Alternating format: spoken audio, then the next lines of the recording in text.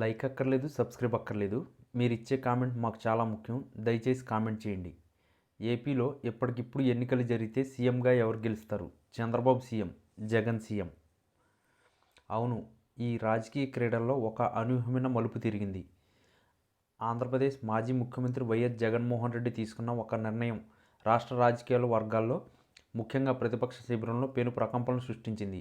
YS Vijayasai Reddy స్థానంలో కీలకమైన రాజ్యసభ పదవికి ఆర్థిక మంత్రి బుగ్గన రాజేంద్రనాథ్ రెడ్డిని ఎంపిక చేయడం కేవలం ఒక సాధారణ మార్పుగా చూడలేము. ఇది ఒక వ్యూహాత్మకంగా చదరంగం కదలిక.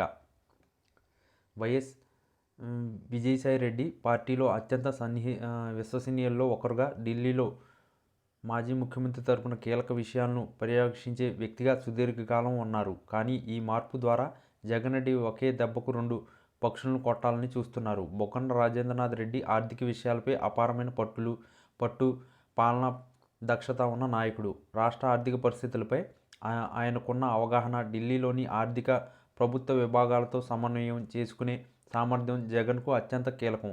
ముఖ్యంగా రాష్ట్ర ఆర్థికంగా సవాళ్లను ఎదుర్కొంటున్న ప్రస్తుత తరుణంలో బుగ్గన లాంటి సమర్థుడిని ఢిల్లీకి పంపడం కేంద్రం నుంచి నిధులు, ప్రాజెక్టులు ఆమోదాలను వేగవంతం చేయడంలో ఉపయోగపడవచ్చు. అంతేకాదు, బుగ్గన తన హుందా, నిష్కపటమైన స్వభావంతో జాతీయ స్థాయిలో కూడా మెరుగైన సంబంధాలను ఏర్పరచుకోగలరనేది జగన్ ఆలోచనగా కనిపిస్తుంది. ఈ వార్త ప్రతిపక్ష నాయకుడిగా నారా చంద్రబాబు నాయుడు చెవిన పడగానే ఆయన ఒక్క క్షణం పాటు ఆశ్చర్యపోయారు. రాజకీయ విశ్లేషకుల అభిప్రాయం: బుగ్గన లాంటి సౌమ్యుడు, తెలివైన నాయకుడు కేంద్రంలో కీలక స్థానం అలంకరిస్తే అది తెలుగుదేశం పార్టీకి భవిష్యత్తులో గట్టి సవాలుగా మారుతుందని చంద్రబాబు పసిగట్టి ఉండవచ్చు.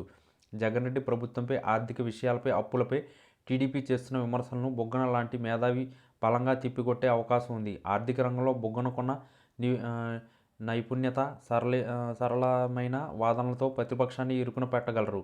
ముఖ్యంగా చంద్రబాబు తన సుదీర్ఘ రాజకీయ అనుభవాల్లో తన వ్యూహాలను ఎప్పటికప్పుడు ధీటుగా సమాధానం చెప్పగల సమర్థులు అధికార పక్షంలో ఉన్నప్పుడు ఇబ్బందులు పడ్డారు. బుగ్గన అలాంటి పరిస్థితి మళ్ళీ సృష్టించగలదు.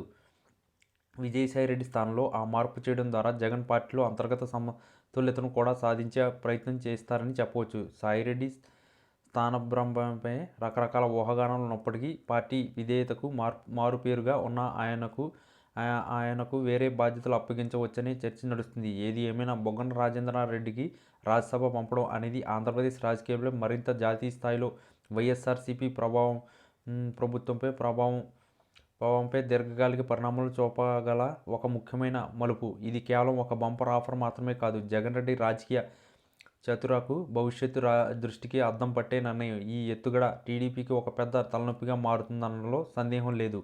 ఈ మార్పుతో కేంద్ర ప్రభుత్వంతో రాష్ట్ర సంబంధాలు మరింత బలపడి మాజీ ముఖ్యమంత్రి జగన్ ఆశించిన విధంగా కేంద్రం నుంచి సహకారం లభిస్తుందా లేదా అనేది రానున్న రోజుల్లో చూడాలి. అదే సమయంలో ఈ అనూహ్య నిర్ణయంతో చంద్రబాబు తన ప్రతి వ్యూహాన్ని ఎలా సిద్ధం చేసుకుంటారో కూడా ఆసక్తికరంగా మారింది. ఆంధ్ర రాజకీయాలు మరింత రసవత్తరంగా మారే సూచనలు కనిపిస్తున్నాయి.